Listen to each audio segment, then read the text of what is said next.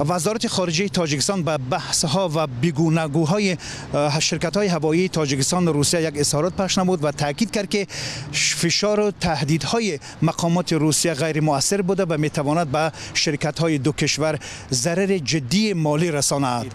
وزارت خارجه تاجیکستان امروز 3 اپریل با پخش یک اظهارات دعوت نمود که باید مذاکرات شرکت‌های هوایی دو کشور منصفانه و بر پایه مذاکره باید صورت بگیرد و ادامه یابد.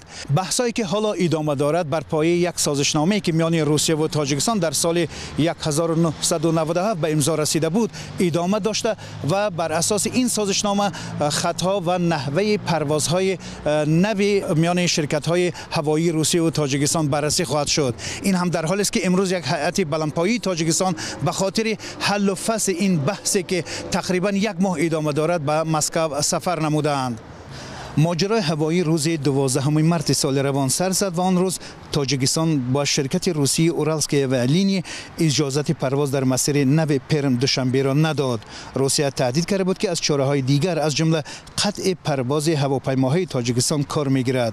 روز 31 مارس روس‌اویاتسیا اعلام کرد که پروازهای هواپیماهای سامان ایر به 7 شهر روسیه را منع می‌کند. جانب تاجیکستان نیز امروز از قطع اجازه پروازها به 5 شرکت هوایی روسیه به دوشنبه و خوجند خبر داد، در حالی که جانب تاجیکستان شرکت‌های روسی را به نقض اصول پریتیت عیبدار می‌کند. روسیه در تکیه به سازش قبلا حاصل شده پرواز شرکت‌هایش را موافق به سازشنامه می‌داند و از تاجیکستان طلب دارد که به پرواز شرکت‌ها اجازت بدهد.